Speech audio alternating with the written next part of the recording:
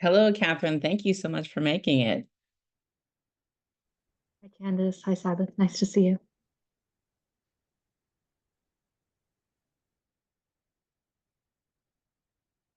So we're just letting people on right now.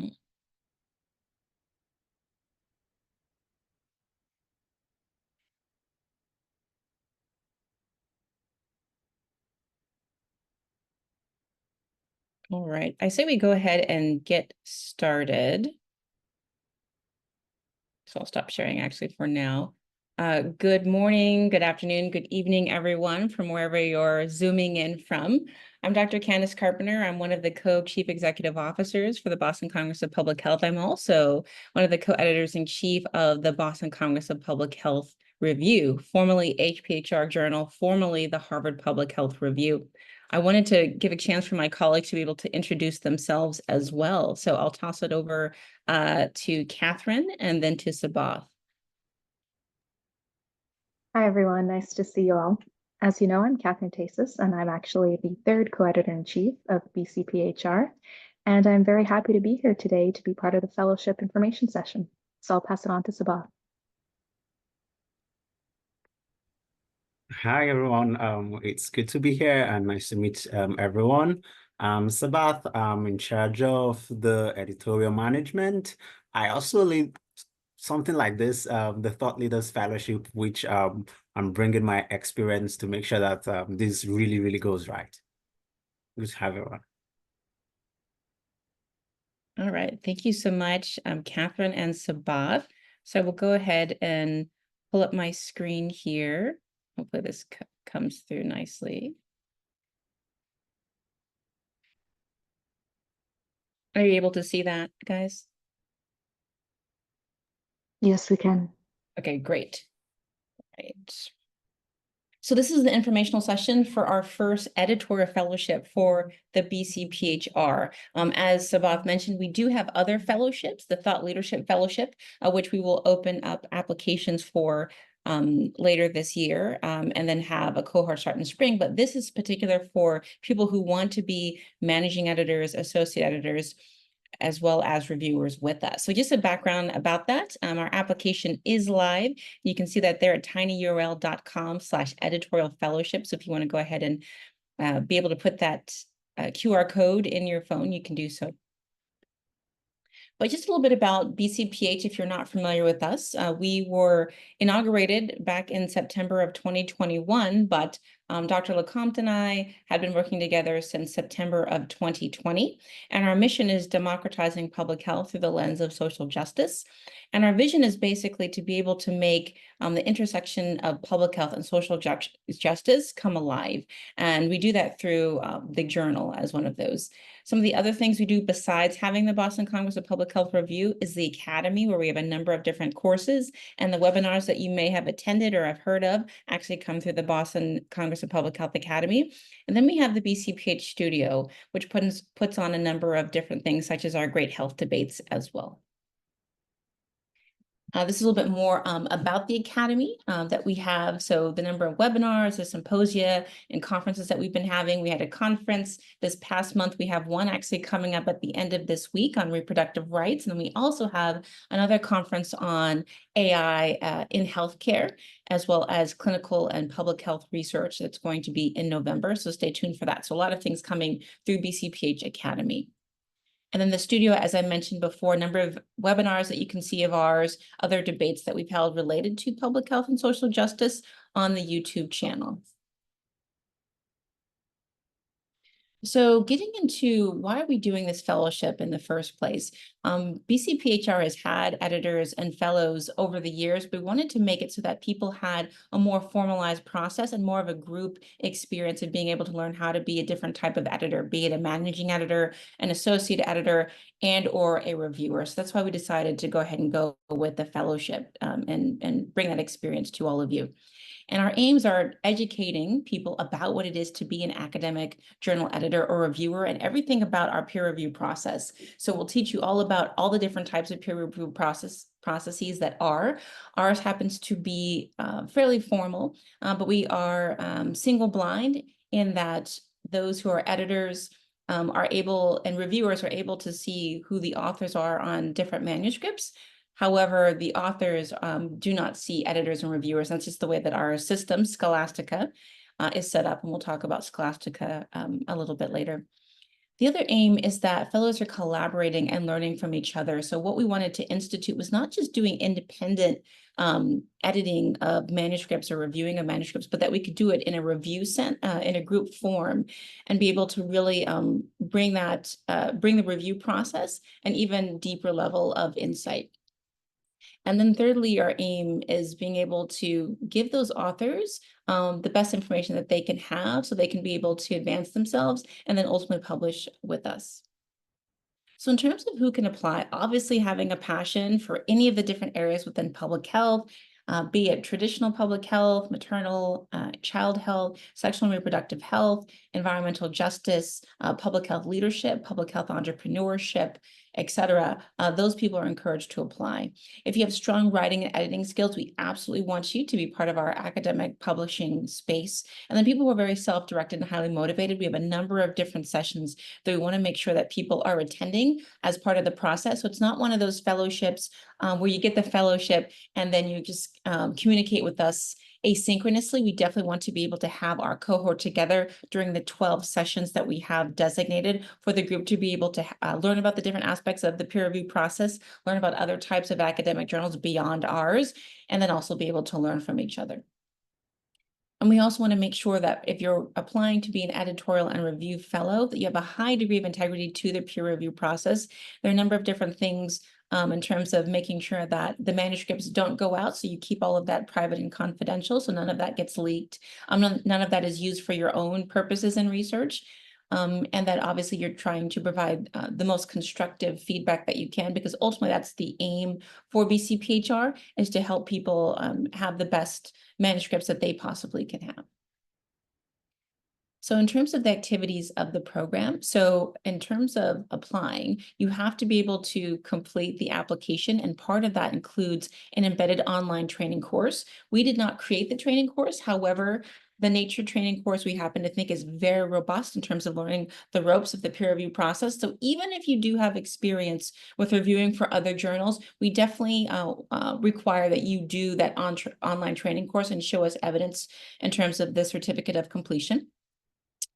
The other thing is that you at least review one selected manuscript to show us exactly how you go about reviewing that particular process, and also learn any questions that you might have that you can direct to us as well. And then obviously, once you get into the fellowship, you would need to attend those regular 12 meetings that I mentioned. So at least 3 meetings each month, 12 in total from December through February.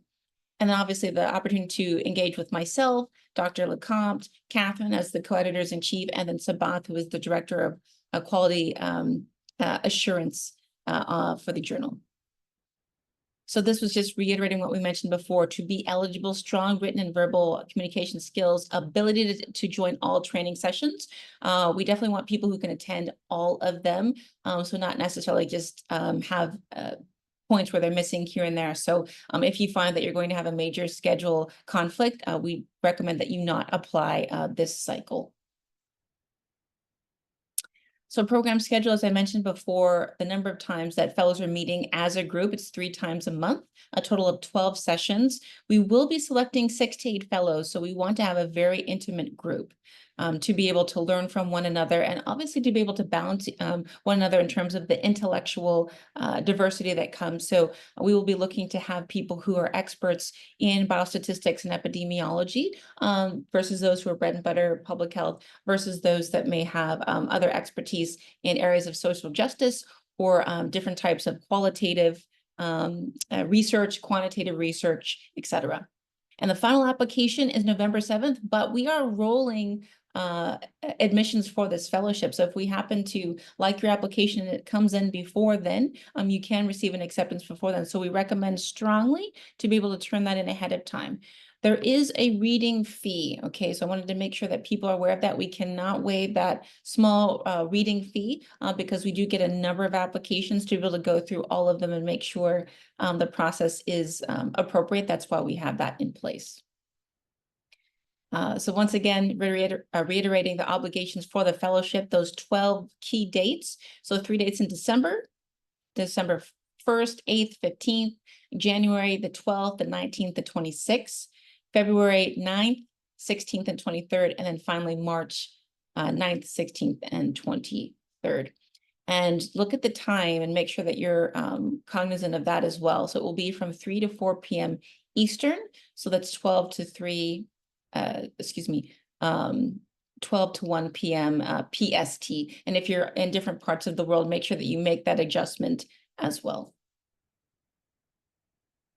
All right, so in terms of getting a sneak peek into what the fellowship curriculum looks like, we will be going over what it's like to be a managing editor, right? So the managing editor is the person who, once the manuscript comes in, we make sure that all of the guidelines that BCPHR sets forth are met in terms of how tables and images are formatted, and then also how references should be, and whether or not the overall content is appropriate, right? Is this appropriate for the Boston Congress of Public Health Review? We do have occasionally get things that are in an interdisciplinary, written in an interdisciplinary sense, and sometimes they may qualify for the journal and sometimes they don't, and that very much is within the purview of the managing editor. The associate editor is the person who basically is able to read the manuscript from top to bottom, but they're not looking at the formatting aspects or whether or not it's suitable for the journal from that technical standpoint, but whether or not they think it's ready for prime time to be passed on to the reviewers. Other things are how to do a very strong review for the Boston Congress of Public Health Review. So as I mentioned before, you may be part of other journals that you're reviewing for, but we have a certain process that we would like to implement. So if you want to learn a different way of peer reviewing and you're on different journals, definitely join us. If you want to just use the types of reviews that you've done in the past, we would say probably not the fellowship for you. So we definitely want to make sure that fellows are doing the reviews the Boston Congress of Public Health Review way. We'll also have opportunities to go into research methodology, best research methodology for qualitative research, quantitative research, etc.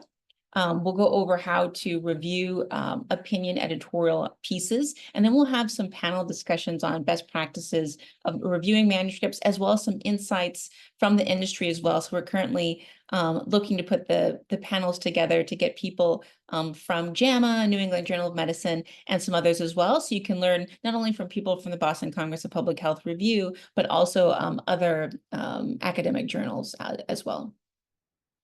So benefits of participating in the fellowship, you get this hands-on experience. This is usually fairly unprecedented. So the journals that I mentioned before don't necessarily always have as democratic process for being able to become a reviewer. And so we do allow people that if you do have the strong written and verbal skills, if you have a very strong passion for public health and social justice, those two things can very much qualify you to be able to train as an editor and a reviewer, versus other types of journals will require that you have been faculty for a certain period of time within the field of public health or within clinical medicine, and we democratize that process and we make it so that the bar is not as high, but that you get the opportunity to be able to get into academic publishing.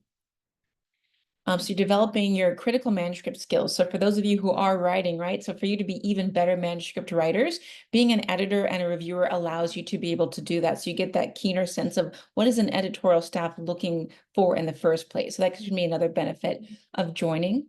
And then you have the benefit of the structured training sessions and being able to work as a group and learn tremendously from other people, as opposed to working alone and independently as an editor or as a reviewer. And finally, after the 12 sessions, those who have been significant in their editorial opportunities and their reviewerships will be invited to join officially as a reviewer or an editor of the Boston Congress of Public Health Review. So application, as I said, it's already up. We just require your brief biography and headshot, completion of the training, review of that sample article, and then also ensuring that you are available for the fellowship for those designated dates. All right, so I will go ahead and keep that there. But Sabath, if I could have you assist me, like if we can go ahead and get some answers for the Q&A, that would probably be great.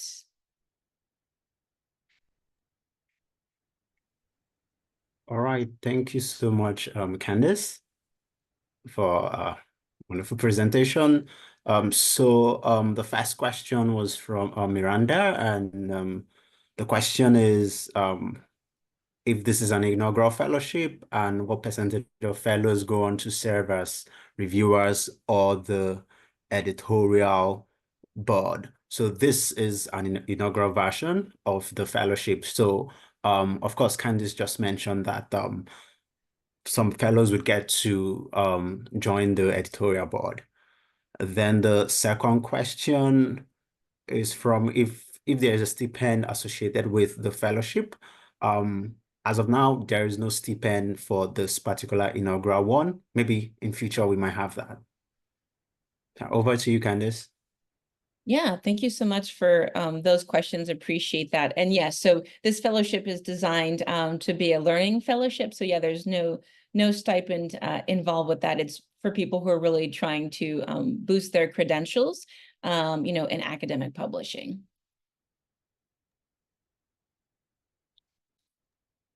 Any additional questions?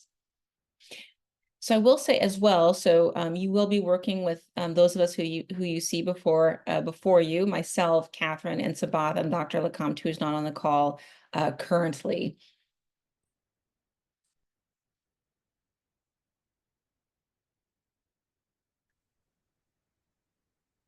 And we're happy to take any questions that there might be related to individual applications. I know we've had some people send us emails that they weren't sure about certain things, so happy to take those now as well.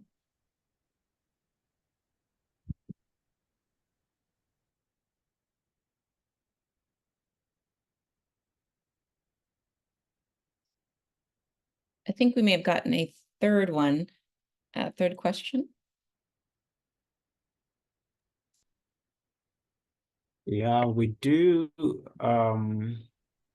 We do have two more. We have from Miranda. Speaking of credentialing, will fellows receive a badge or certified after completion? And the second question, if the fellowship is online or in person. Yeah. So for the first question of if the fellows will receive badge or certification, yeah, those who go on to be accepted to the fellowship would of course have a certification for being part of the fellowship. Then it's purely online. So because we have different people from different continents applying, so it's purely online. That's why we've stipulated the time and the dates, so you could, clear your calendar if you wanted to do the fellowship. I think another question just came in, if there is a fee for the fellowship and if it's a paid training. So in the fee, are you talking about application fee or We should just more answer like both. stipend? I think it's answering both, so I'll take this one. As we mentioned before, there is a reading fee involved to apply, and so you'll see that fee on the application. So we get dozens of applications, so being able to read that, to spend the time to do that is why we do that. There's no payment for the training before.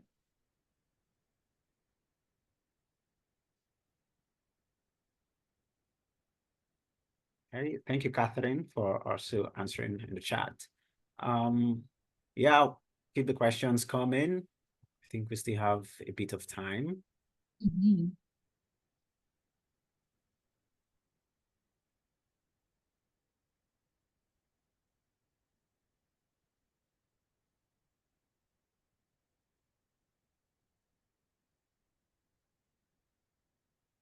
So I'll take the next one. There's another question. Yeah, about I'll take that one. requiring institutional affiliation to register for the scholastical training. I think Candice might want to answer that. Yes, can you hear me? Yeah. Yes. So you should be able to get around the fact that there's an institutional affiliation required. you should be able to either put non-applicable, etc. Do you want to check that one just in case, Sabath? Because either way, it's still a free training for you.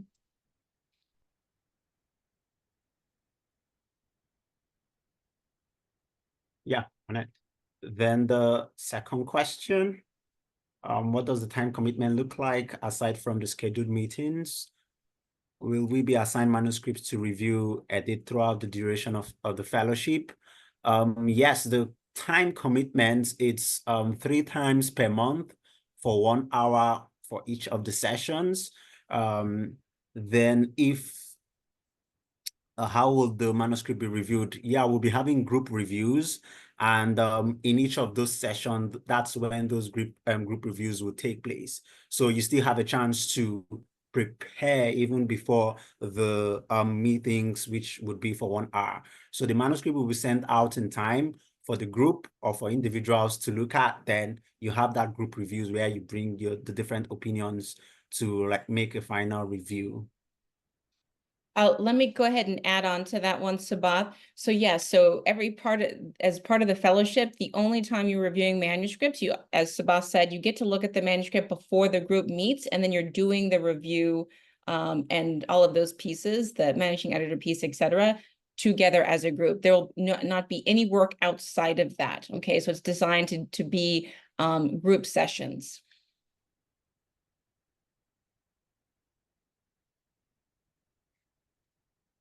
I'll take the next question. I think there's Why would another question. someone not be Okay. selected? Why would someone not be selected for the fellowship? So the reason we are selecting people is to show that there is a very strong interest in public health and or social justice. So when you're submitting your application materials, we see evidence that there's strong interest. We see evidence that you will be able to use this fellowship for your future career in terms of applying to new programs or being able to excel in your current position. And so if we don't see evidence of that passion for public health or social justice, if we don't see how it's going to fit into your future career goals or plans, or you don't make that evident for us, that might be a reason that a person is not selected. And because we only have 6 to 8 spots, so we're looking for people who are very passionate and very committed, and very much would be compatible with working with the editorial board. So the fellows will espouse our values, being open-minded, being open to working with people from different levels of expertise, different generations, as well as people from different countries as well.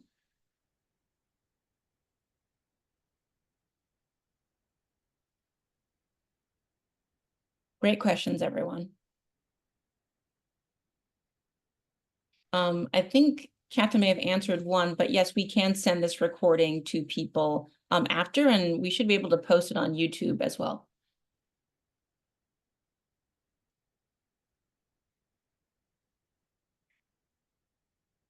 And if you could post in the chat as opposed to raising your hand, that would be our preference. So in the chat or in the Q&A. So Sandy, if you could do that, that would be great.